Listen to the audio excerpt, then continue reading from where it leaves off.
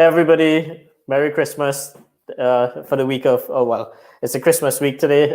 Thanks for joining us at GCRE. We're going to be speaking with Mauricio today in regards to the fund syndication show that we normally do every week. We've taken a few weeks holiday from it, but we're back now. And it's going to be the last show of the season before we move forward. So we wanted to end the show with something on a high note. And today, Mauricio and I are going to be going through all the highs and lows of 2020 and what we can expect in 2021. Mauricio, hi, how are you doing today? Good, Gavin. How are you, my friend? I am doing good. It's the end of the year, right? It is indeed. We were just talking. It's Christmas week, and Yes. it's always an interesting week because you've got, especially this time. It's Friday this year, so you've got to juggle the short week on the work side, and finishing up the Christmas holidays and everything. So, but it's so fun. So far, it's been great. Yes, and us at GCRE would love to wish you a very happy birthday. We understand that your birthday is tomorrow. Yep, tomorrow is the big 4-8. Hey, that's not so bad. You look like you're only 16. Yeah, so it's just been a fun week. We got a lot of birthdays around Christmas, so we're celebrating those last couple of days. We got a few more to go this year, and I'm looking forward to the next couple of weeks. Yes. So today, Mauricio, we just want to go through the year in review. What have you seen happening, kind of with the COVID thing as well, and also what is your predictions, especially with the new laws that's coming into effect for next year? Just kind of have a bit of chit chat about that. So thanks for joining us on the show today. Yeah, it's good to be here, and I guess how can you do a year in review in 2020 without talking about the elephant in the room and how COVID affected our world and the real estate space and the syndication space and the just on the business side. I mean, it's obviously been once in a lifetime, maybe year. So and I'm sure I know you've had a lot of guests talk about it, but from my vantage point, from the real estate syndication standpoint, and also from the real estate in and of itself, because we also have a real estate practice here, so we had insight as well. I mean, everything pretty much stopped in March.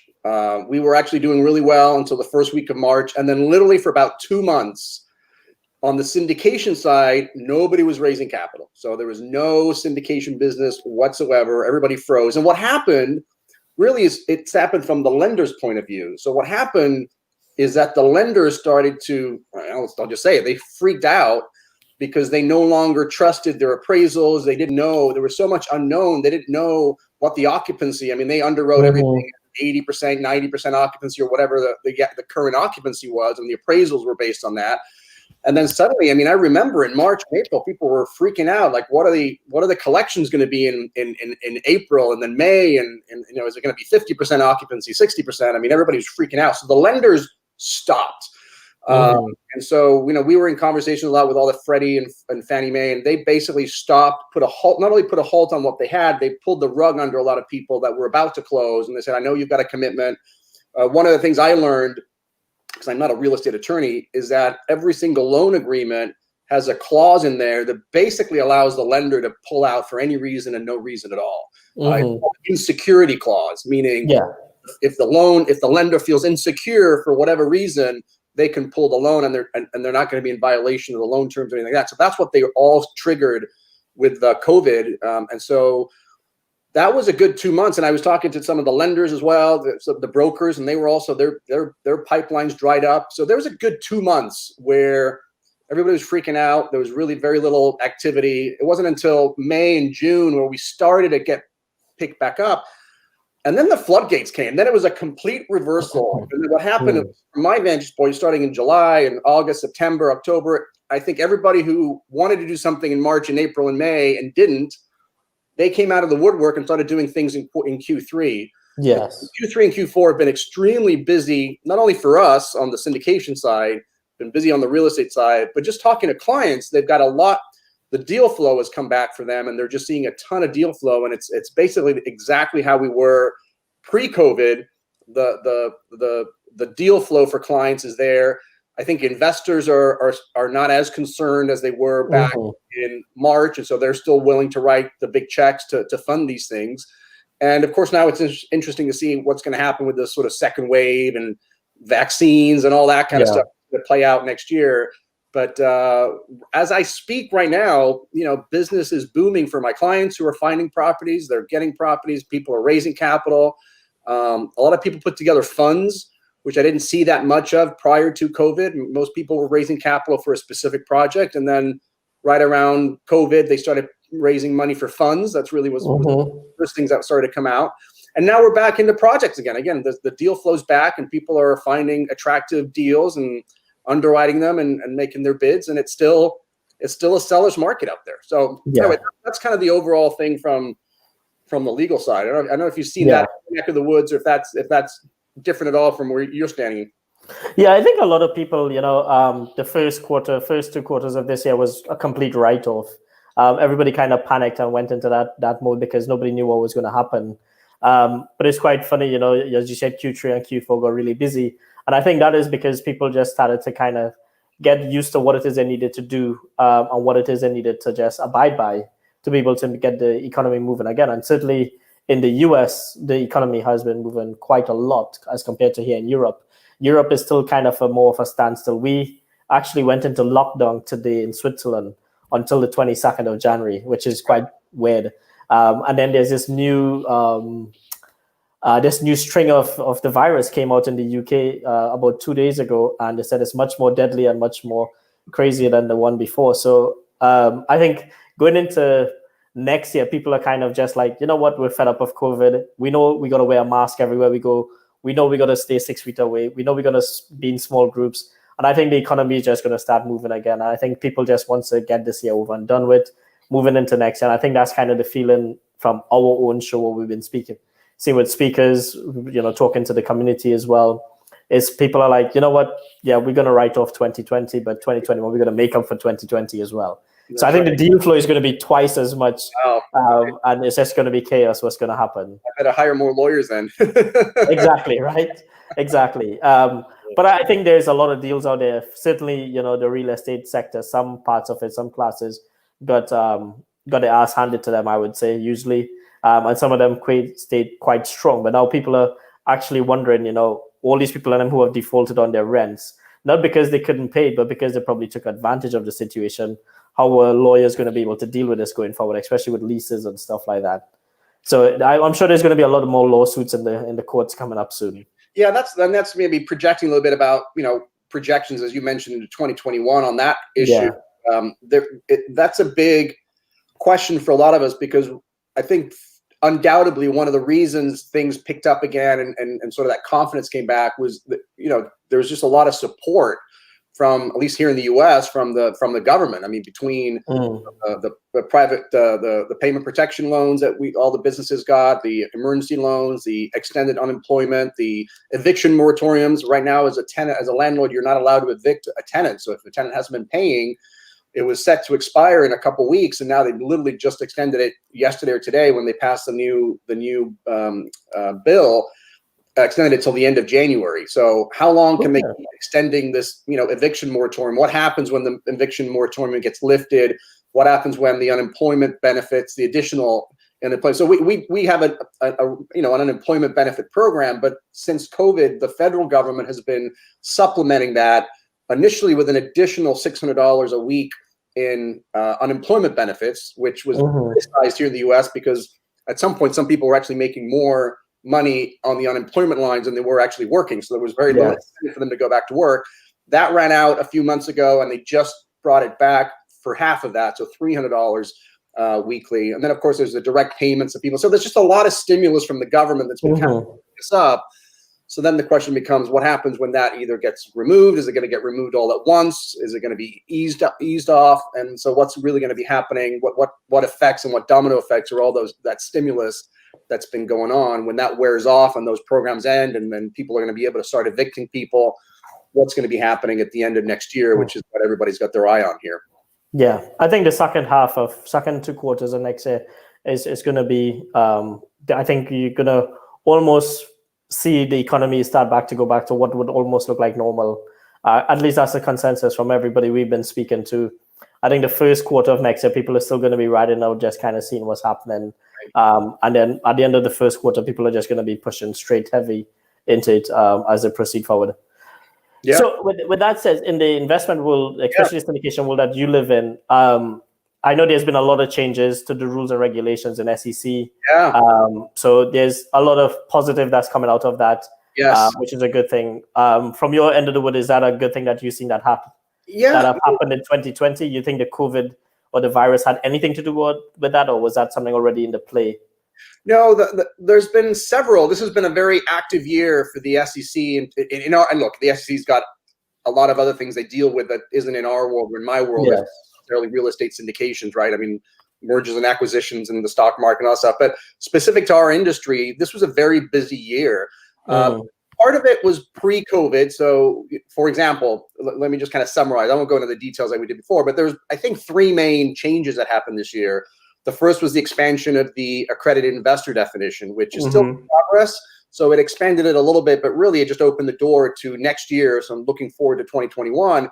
There'll be a lot more certification programs allowing people to become accredited investors, which will expand the pool of accredited for the clients and people who are raising capital. That actually came out. The proposed rule had come out December of last year, so this was completely pre-COVID. And that proposed rule, and then the actual final rule came out in August, and then kicked in just recently, last week actually, December 8th. It actually became law officially. So that's a big change. Not immediately, but certainly over the next 3 to 4 to 5 quarters, we're going to start seeing more and more rules coming out, expanding that definition.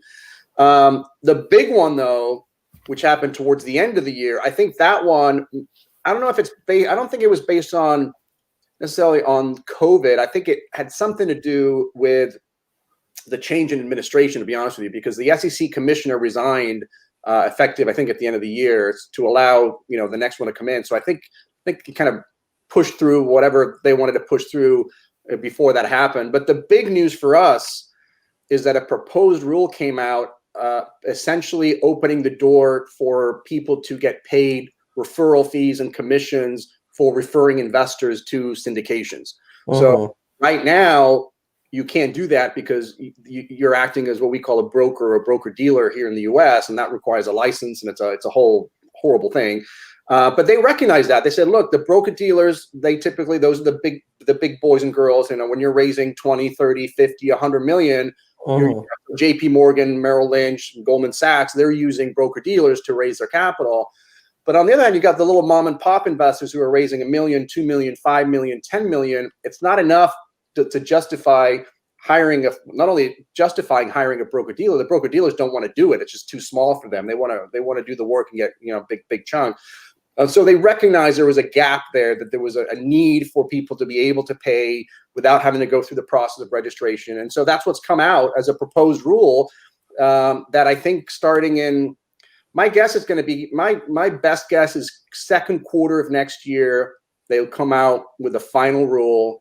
And then there's always it's usually a 70-day, it says 60 days, but then there's another, let's call it another 3 months before it becomes actually final. So I think in quarter 3 of next year, will be a scenario where if Gavin has a syndication and I'm like, hey, Gavin, I've got a couple of friends or I've got clients, as an attorney, it actually helped me as an attorney. I can say, hey, I know my client's looking to invest some money. Gavin, I know you've got a deal. I think you guys can, hit it off, and it may make sense to make that connection. And then we can have an arrangement fully disclosed to anybody that if they invest in the deal, Gavin, you could then pay me whatever fee, commission, percentage, whatever you want, you can pay me for that. So that's a big deal.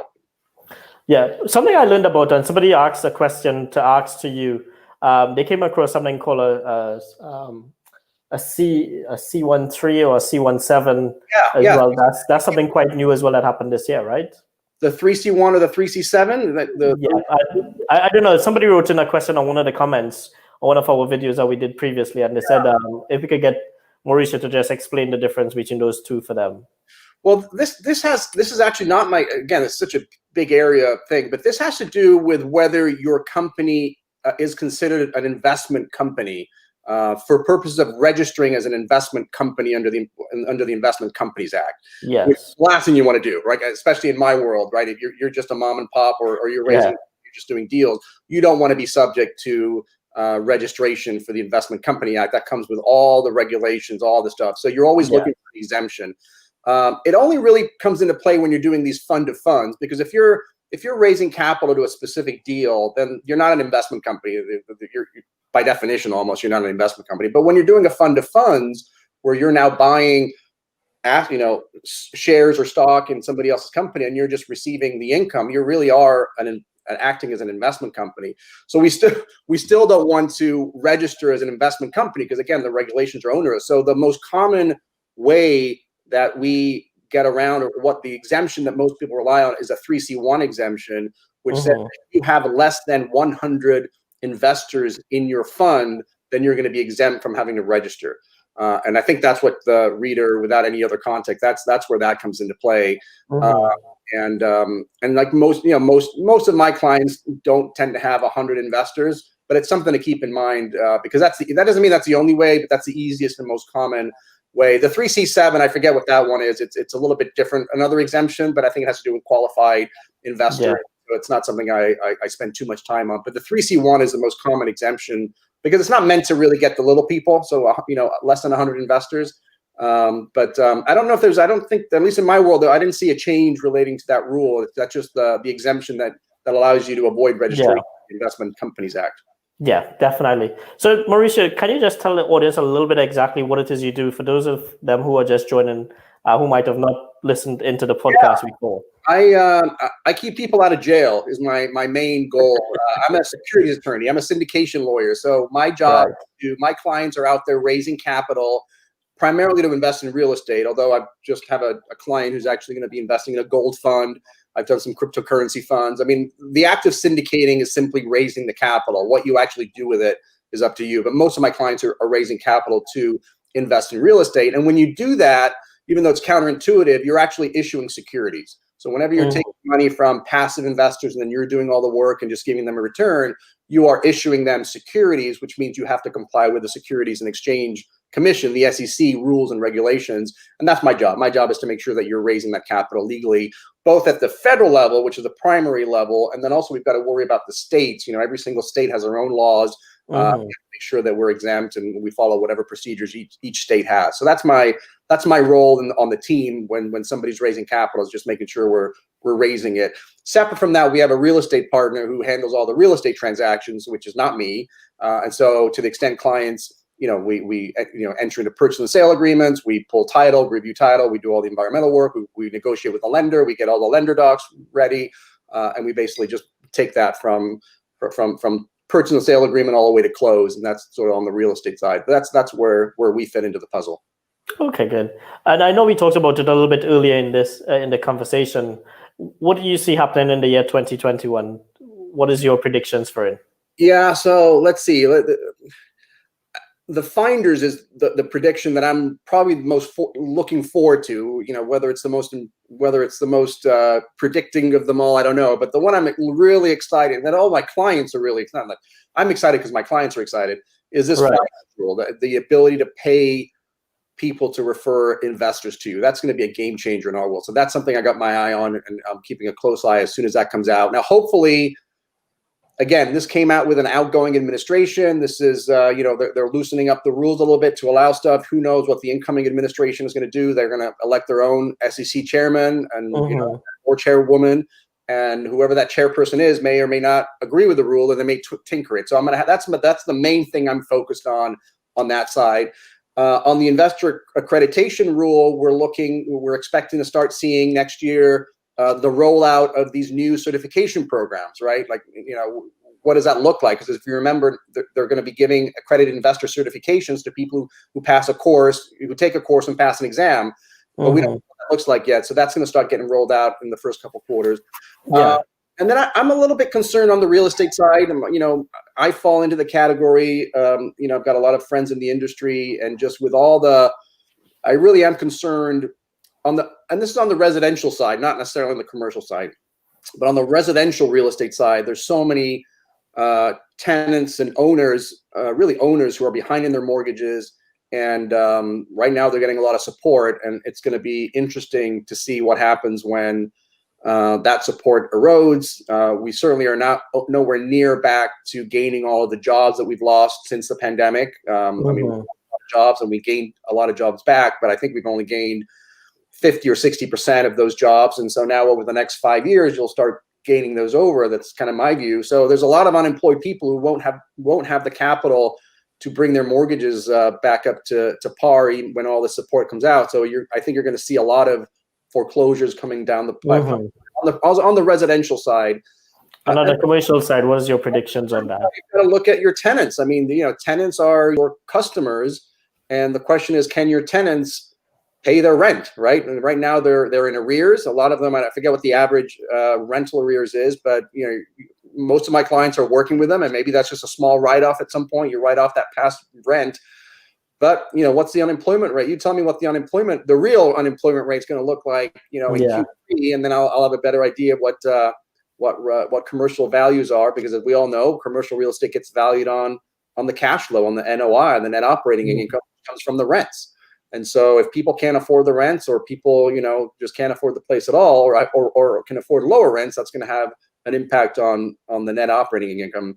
Having said that, it sounds like we're also entering into, or continuing to enter into, some very new economic policies here in the U.S., where there seems to be a lot of appetite for support and continued support. So who knows? Maybe a lot of these temporary programs that everybody expects are going to expire here may continue forever, and that's how it's being supported. Well, with the new administration coming in, and there's still a lot of uncertainty with that. I mean, a lot of things are still up in the air. Even myself, looking to invest in the US right now, in particular in Texas, which is where all my strengths are. I'm still kind of sitting and watching and wondering, what's going to be the different moves we should be making. How do we structure our deals? As a whole. I think January 5th, which I'm looking at the calendar here, 1, 2, 3, 4, it'll be Wednesday, January 5th. That's a date to keep an eye on, because that is the date that the state of Georgia has their runoff elections, and it's the last 2 remaining Senate seats. And depending on the outcome of those 2 Senate races, will dictate who controls our upper chamber, our Senate. So right now we've only got 98 of the 100 senators in, and it's 50 to 48. And so if the Democratic Party gets the last 2 senators in, then it's a 50-50, which the vice president here under our system has the tiebreaker. So that'll be a Democratic Senate, in addition to a Democratic House, in addition to a Democratic president. You're going to be able to basically pass whatever the president wants, which generally is much more, accommodating and a lot of the support.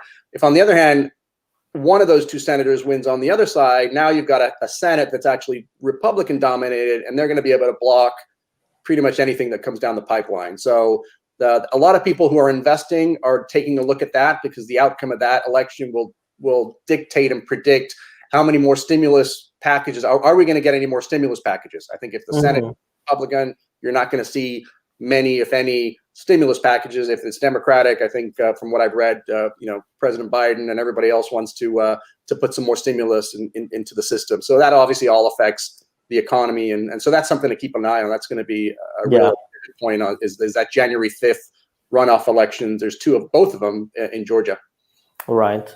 I was actually listening to Ray Dalio this morning, one of the greatest investors of all time, and his predictions for 2021. It was quite interesting. He says, even though that the Treasury is printing a lot of cash, don't bank your money on cash. You should be putting it into assets, and things like the bonds and stuff like that. You really got to really hedge your risk properly now, especially with COVID showing you that even though we had quite strong economies, cash was nothing in the end.